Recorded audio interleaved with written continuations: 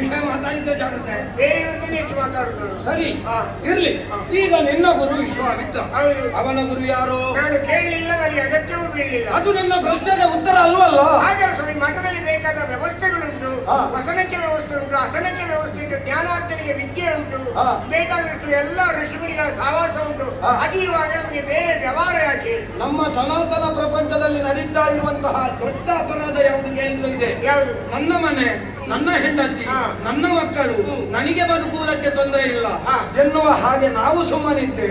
ದೊಡ್ಡವರ ನೈತಿಕತೆಯನ್ನು ನಾವು ಪ್ರಶ್ನಿಸದೆ ಉಳಿಯುವುದೇ ನಾವು ಮಾಡುವ ಅಕ್ಷಮ್ಯ ಅಪರಾಧ. ನಮ್ಮ ನೈತಿಕತೆ ಸರಿ ಇಲ್ಲದ ಮೇಲೆ ಇನ್ನೊಬ್ಬರ ನೈತಿಕತೆಯನ್ನು ವಿಚಾರಿಸಿ ಪ್ರಯೋಜನವಾದರೆ? ನಮ್ಮ ನೈತಿಕತೆ ಅಂತ ನನ್ನದು ಸರಿಸಬೇಡ. ನನ್ನ ನೈತಿಕತೆ ಸರಿ ಉಂಟು, ನಿನ್ನದು ಮಾತ್ರ ಸರಿ ಇಲ್ಲದೆ ಇರುವುದು. ಗುರುಪೀಠದಲ್ಲೇ ಇರುವವನಾದರೂ ಕೂಡ ಅವನ ನೈತಿಕತೆಯನ್ನು ಪ್ರಶ್ನಿಸಬೇಕಾದ್ದು ನಮಗೆ ಆದ್ಯ ಕರ್ತವ್ಯ. ಈಗ ನಿನ್ನ ಗುರು ವಿಶ್ವಾಮಿತ್ರರು ಯಾರು ಹೇಳಿದ್ದು? ಹೌದು. ಅವ ಬ್ರಾಹ್ಮಣನ? ಹೌದು. ಅವ ಬ್ರಾಹ್ಮಣ ಅಲ್ಲ ಮಾರ. ಸ್ವಾಮಿ, ಜಪ ತಪಾದಿಗಳು ನಡೀತದೆ, ಹೋಮ ಇತ್ಯಾದಿಗಳು ನಡೀತಾ ಇದೆ. ಹೋಮ ನೇಮಗಳು ನಡೆಯುವಲ್ಲಿ ಬ್ರಾಹ್ಮಣನೇ ಇರಬೇಕು ಎನ್ನುವ ಅನಿವಾರ್ಯತೆ ಇಲ್ವಲ್ಲ. ಮತ್ತೆ ಅವ ಕ್ಷಾತ್ರೇಯ. ಕ್ಷಾತ್ರಿಯ? ಹೌದು. ಹೌದಾ?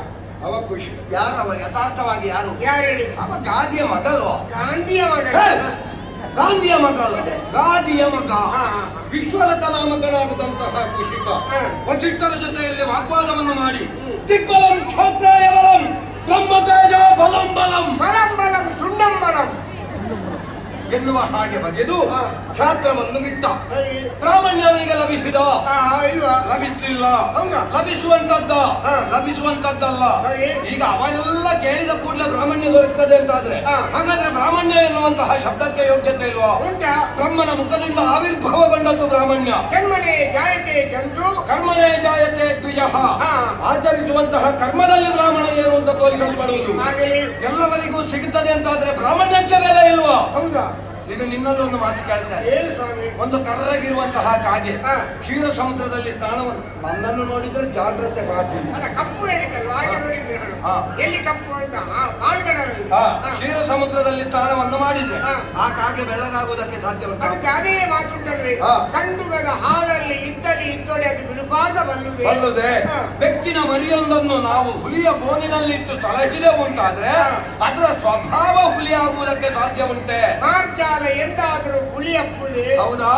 ಹಾಗಾದ್ರೆ ನಿನಗೊಂದು ಮಾತು ಹೇಳ್ತೇನೆ. ಏನು? ಷಟ್ಕರ್ಮಗಳನ್ನು ಆಚರಿಸುವಂತಹ ಯೋಗ್ಯತೆ ಬ್ರಾಹ್ಮಣನಾದವನಿಗೆ ಬರ್ತದೆ. ಯಾವುದೆಲ್ಲ ಷಟ್ಕರ್ಮ? ಅದು ಅಗತ್ಯ ಉಂಟ. ಈಗ ಬೇಕಾದ್ದು ಒಂದು ತಲೆಗೆ ಹೋಗುದಿಲ್ಲ, ಬೇಡಕ್ಕೆ ಎಷ್ಟು ಗೊತ್ತುಂಟು? ಹಾಗಲ್ಲ ಸ್ವಾಮಿ, ಕೆಲವು ಮಾತಾಡುವ ವೇಗದಲ್ಲಿ ಕೆಲವು ವಿಷಯಗಳು ಮರೆತು ಹೋಗುದುಂಟು. ನನಗೆ ಮರ್ತೋಗಿದೆ ಅಂತ ಯಾರು ಹೇಳಿದ್ದು? ಅಲ್ಲ, ಕೆಲವು ವಿಚಾರಗಳು ಲೋಕದಲ್ಲಿ ಇರುವ ಹಾಗಲ್ವೇ? ಕೆಲವರಿಗೆ ಗೊತ್ತುಂಟು ಅನ್ನೋದು ಗೊತ್ತಿಲ್ಲ, ಕೆಲವರಿಗೆ ಗೊತ್ತಿಲ್ಲ ಅನ್ನೋದು ಗೊತ್ತುಂಟು. ಈ ಗೊತ್ತಿದ್ದನ್ನು ಗೊತ್ತಿಲ್ಲ ಅಂತ ಹೇಳಿದ್ರೆ, ಗೊತ್ತಿಲ್ಲದನ್ನು ಗೊತ್ತುಂಟು ಅಂತ ಹೇಳಿದ್ರೆ, ಗೊತ್ತಿದ್ದದ್ದು ಗೊತ್ತಾಗುದಿಲ್ಲ, ಗೊತ್ತಾಯ್ತು ಅಂತ ಹೇಳುವವರು ತುಂಬಾ ಬಂದಿಲ್ವಾ? ಹೇಳುವುದಕ್ಕೆ ತೊಂದರೆ ಇರುವ ತೊಂದರೆ ಆದರೆ ಹೇಳುವುದಕ್ಕೆ ತೊಂದರೆ, ಹೇಳುವುದಕ್ಕೆ ತೊಂದರೆ ಇರದ ತೊಂದರೆ ಆದರೆ ಹೇಳುವುದಕ್ಕೇನು ತೊಂದರೆ? ನಿಮಗೆ ಪಾಯಸದ ತೊಂದರೆಯನ್ನೇ ತಂದರೆ ಅದು ನಿನ್ನ ತಲೆಗೆ ಹಾಕಬೇಕು ಪಾಪಿ. ಅದಲ್ಲ. ಯಜನ ಯಾಜನ, ಅಧ್ಯಯನ ಅಧ್ಯಾಪನ, ದಾನ ಪ್ರತಿಗ್ರಹಣ ಇದು ಯಾರಿಗಿರುವುದು? ಬ್ರಾಹ್ಮಣನಾದವನಿಗೆ ಮಾತ್ರ. ಇದರಲ್ಲಿ ಬ್ರಾಹ್ಮಣ ಯಾರು? ಬ್ರಾಹ್ಮಣ ಅವರೇ ಸ್ವಾಮಿ ವಿಶ್ವಾಮಿತ್ರರು. ಹೇಗೆ ಬ್ರಾಹ್ಮಣ ಪುಣ್ಯಾತ್ಮ? ಬ್ರಾಹ್ಮಣ್ಯ ಉಂಟಲ್ಲ ಅವರಲ್ಲಿ. ಅವ ಹುಟ್ಟಿದ್ದು ಕ್ಷಾತ್ರನಾಗಿ ಬ್ರಾಹ್ಮಣ್ಯ ಬರುವುದು ಹೇಗೆ? ನೀನು ಅದಕ್ಕಿಂತ ದೊಡ್ಡ ಚೊರೆ. ಅವರಲ್ಲಿ ಅವರು ನನ್ನಲ್ಲಿ ಪ್ರಶ್ನೆ ಮಾಡಲಿಲ್ಲ, ನೀನು ಮಾಡಿದ್ದು, ಆದ್ರಿಂದ ನೀನು ಅಲ್ಲಿ ಭಯಂಕರವಾದ ಚೊರೆ. ನೀವು ಇಲ್ಲೇ ಮನೆಯಲ್ಲಿ ಚೊರೆ ಮಾಡಬೇಕು. ನನ್ನ ವಿಷಯ ಬೇಡ, ನಾನು ಮನೆಯಲ್ಲಿ ಮಾತ್ರ, ನೀನು ಹೋದಲ್ಲಿ ಎಲ್ಲ ಚೊರೆ. ಅದಲ್ಲ.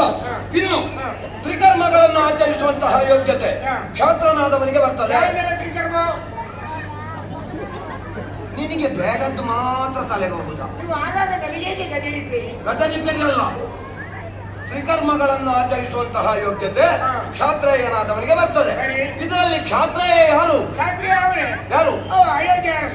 ಸತ್ಯವ್ರತ ಅಯೋಧ್ಯೆ ಕ್ಷಾತ್ರಿಯ ಸ್ವಾಮಿ. ಹೌದಪ್ಪ. ವಸಿಷ್ಠರ ಶಾಪದಿಂದ ಚಂಡಾಲ ಪಂಚಮನಾಗ್ಲಿಲ್ವ? ಚಾಂಡಾಲ ಪಂಚಮನಾಗಿದ್ದು ಅವರು ಹುಟ್ಟಿದ್ದು ಕ್ಷಾತ್ರಿಯ ವಂಶದಲ್ಲಿ. ಹಾಗಾದ್ರೆ ಶಾಪಕೊಟ್ಟ ಬ್ರಾಹ್ಮಣರಿಗೆ ಬೆಲೆ ಇಲ್ವೋ? ಅಲ್ಲಿ ಮನೆತನ ಮಾತ್ರ ಮುಖ್ಯ ಅಲ್ವಾ? ಆದ್ರೆ ಶಾಪಕೊಟ್ಟ ಬ್ರಾಹ್ಮಣರಿಗೆ ಬ್ರಹ್ಮಜ್ಞಾನಕ್ಕೆ ಯೋಗ್ಯತೆ ಇಲ್ವಾ? ನೀನು ಅದಕ್ಕಿಂತ ದೊಡ್ಡ ಚೊರೆ. ನಿನಗಿಂತ ದೊಡ್ಡವರು ಯಾರು ಇಲ್ಲ. ಒಂದು ಮಾತು ಹೇಳಿಯ, ಒಬ್ಬ ಕ್ಷಾತ್ರೇಯನಲ್ಲದವ ಮಾಡಿಸುವ ಯಾಗ, ಒಬ್ಬ ಬ್ರಾಹ್ಮಣನಲ್ಲದವ ಹೊಣೆಗಾರಿಕೆಯನ್ನು ಹೊತ್ತುಕೊಂಡ ಯಾಗ, ಇದನ್ನು ಪೂರೈಸುವುದಕ್ಕೆ ಮಹೋದಯನಂತ ಯೋಗ್ಯತಾವಂತ ಬರಬೇಕಲ್ವಾ? ಹೌದು. ನಾಯಿಯ ಮಾಂಸವನ್ನು ತಿಂದವರು, ಗೋಮಾಂಸವನ್ನು ಸಂಸ್ಕರಿಸದೆ ತಿಂದವರು, ಯಜನ ಯಾಗಾದಿಗಳನ್ನು ಮಾಡುವುದಕ್ಕೆ ಅದಕ್ಕೆ ಪೂರ್ಣಾಹುತಿಗೆ ಈ ಮಹೋದಯನಂತವರು ಬರಬೇಕು. ನಿನ್ನ ಗುರು ವಿಶ್ವಾಮಿತ್ರನ ಕುಲ ಯಾವುದು?